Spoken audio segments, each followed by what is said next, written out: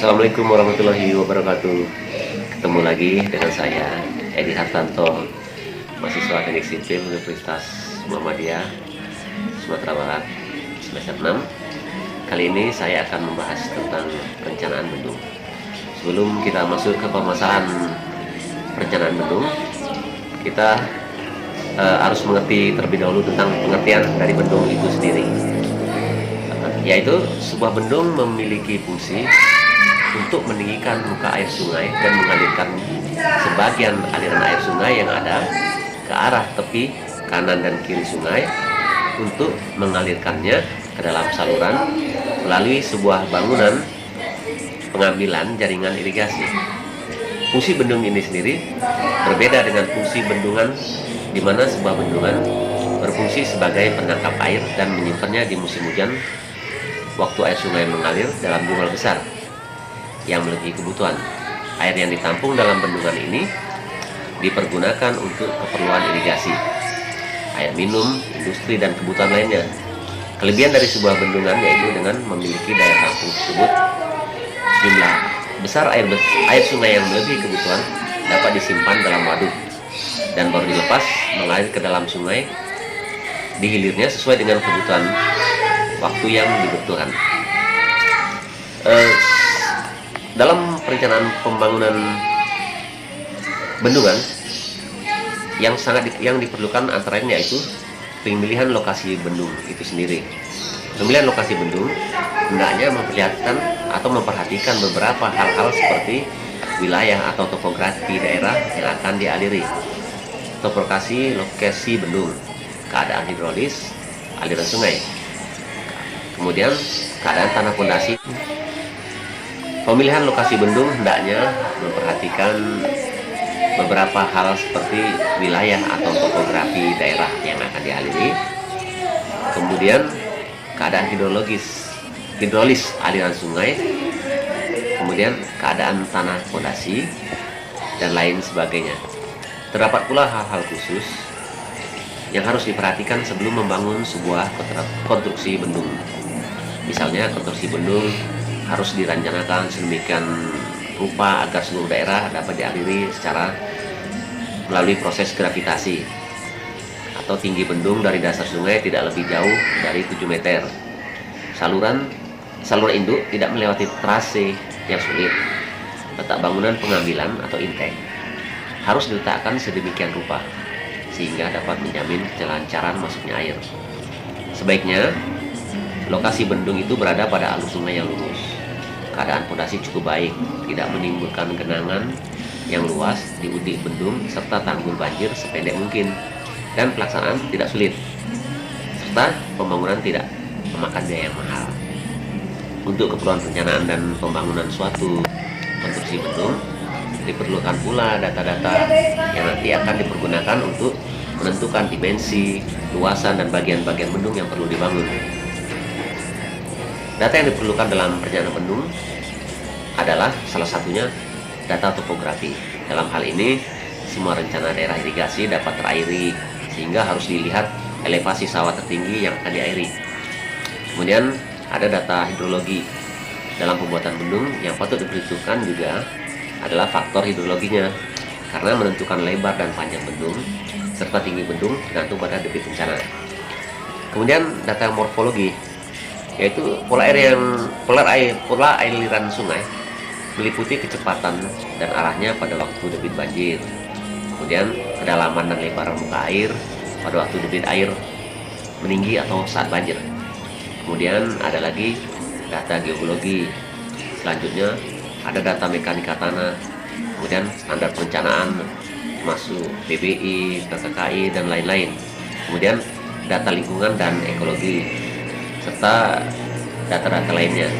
Semua data-data ini dipergunakan untuk perencanaan pembangunan sebuah konstruksi bendung.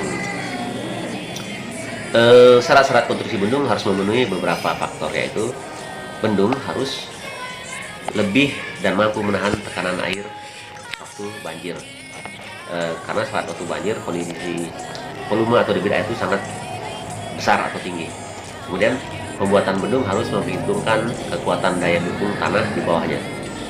Kemudian selanjutnya bendung harus dapat menahan bocoran yang disebabkan oleh aliran sungai dan aliran air yang masuk ke dalam tanah, sehingga kita harus memperhitungkan kondisi tanah sehingga apabila nanti ada bocoran bisa ditangani dengan baik. Kemudian pola air sungai, aliran sungai meliputi kecepatan dan arahnya pada waktu debit banjir. Jadi kecepatan aliran air sungai itu harus kita perhitungkan. Selanjutnya kedalaman dan lebar muka air pada waktu debit banjir.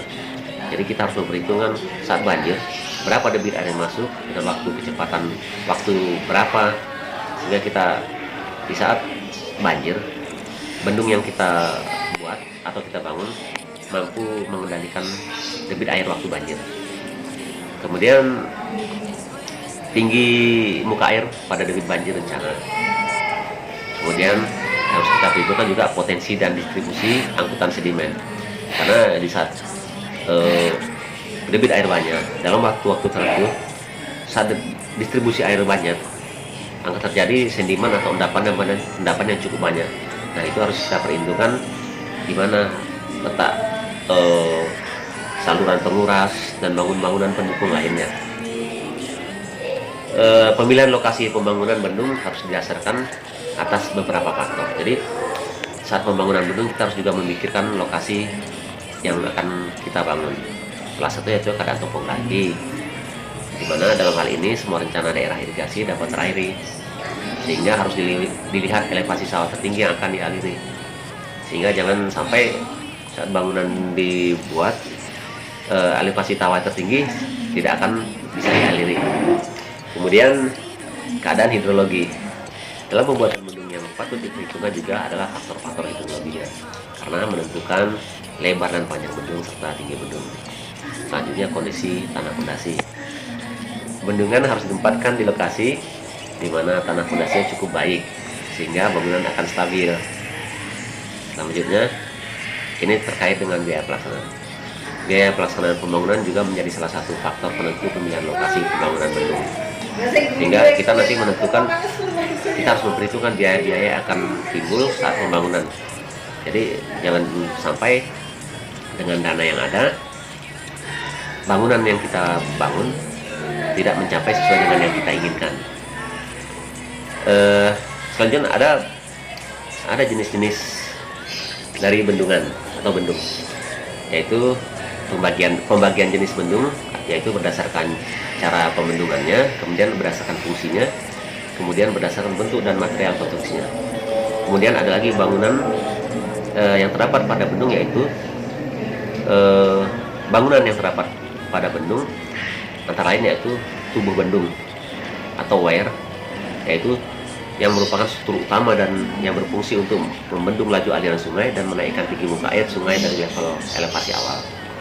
Kemudian ada pintu air atau gates. Pintu air ini merupakan struktur dari bendung yang berfungsi untuk membuka dan menutup aliran air di saluran, baik yang tertutup maupun yang terbuka. Kemudian ada pintu pengambilan atau intake.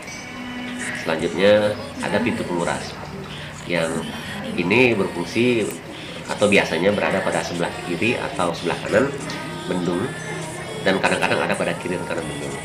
Kemudian ada kantong lumpur, yaitu yang berfungsi untuk mengendapkan fraksi-fraksi sedimen yang lebih besar dari fraksi pasir halus. Kemudian dalam bendung itu ada yang namanya bangun pelengkap, terdiri bangunan-bangunan yang fungsinya atau bangunan-bangunan yang ditambahkan ke bangunan utama yang nanti berfungsi untuk kelancaran dari fungsi bangunan itu sendiri. Rasanya cukup sampai di sini dulu topik kita tentang perencanaan bendung. Terlebih terkurang saya mohon maaf. Wabillahi taufiq wal hidayah. Wassalamualaikum warahmatullahi wabarakatuh. Terima kasih.